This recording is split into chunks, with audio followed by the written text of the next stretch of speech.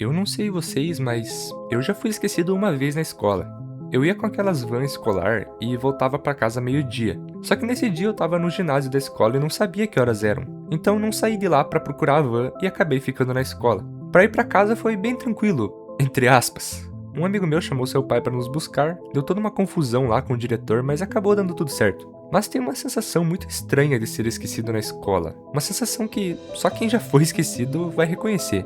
E é sobre isso que vamos falar hoje. Já que nesse episódio de Clarencio, ele e esse garoto aí são esquecidos e precisam ir andando pra casa. E bom, nesse episódio somos introduzidos a esse personagem secundário aí, que sempre fala em seus pensamentos, com uma música de piano tocando de fundo. Uma referência clássica ao Charlie Brown, tendo inclusive seu visual meio parecido. Lá vai ele de novo. Eu queria conseguir falar com as pessoas que nem o Clarencio consegue. Tchau, Guilherme! Mas quem ia querer falar comigo?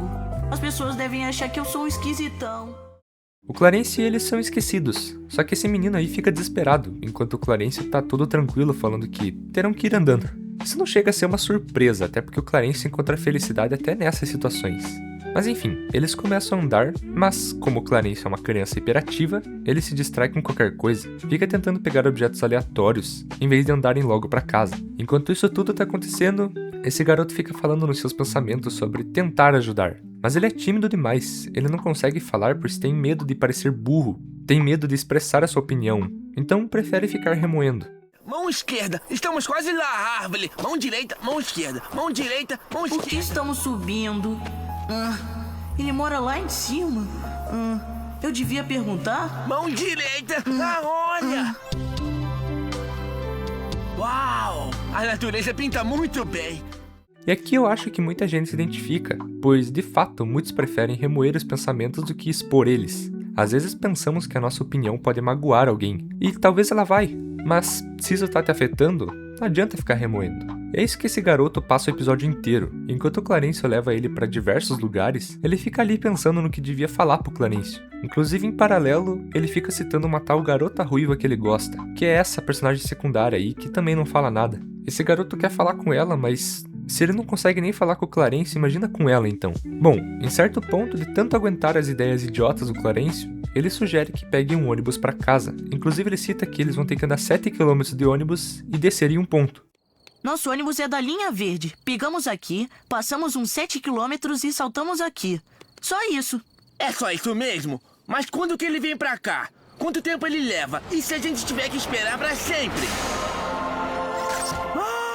E cara, 2 crianças longe de casa andando por 7 km, isso é bizarro, cara. E mais bizarro ainda é pensar que o Clarencio pretendia andar tudo isso. Mas enfim, dentro do ônibus, o garoto fala que no próximo dia, ele finalmente vai falar com a tal garota, pois ele criou coragem de expressar suas ideias no momento que ele falou com o Clarencio. Só que o Clarencio estava dormindo, de olho aberto, e não ouviu ele dizer nada. De agora em diante eu vou ser mais decidido. E amanhã eu finalmente vou falar com a menina ruiva. Eu vou chegar pra ela e falar que ela é tão bonita. Clarencio? Clarencio? Clarencio? Foi mal, é que às vezes eu durmo de olhos abertos.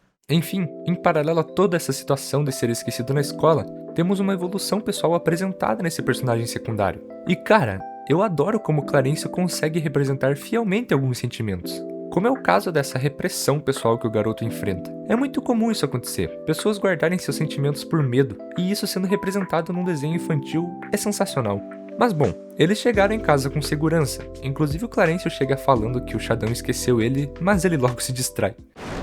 Você esqueceu de me buscar na escola. Eu tive que vir andando, me perdi no deserto e caí de uma montanha e aí apareceu um cara e aí tinha fios.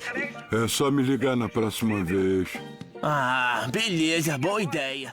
E no outro dia, quando aquele garoto vai falar com a garota ruiva, o Clarencio faz questão de estragar tudo.